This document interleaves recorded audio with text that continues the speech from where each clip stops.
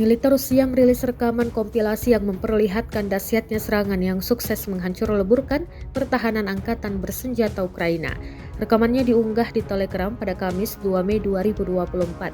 Pasukan Rusia mengerahkan pesawat tempur dengan rudal, artileri hingga tank dalam menembak.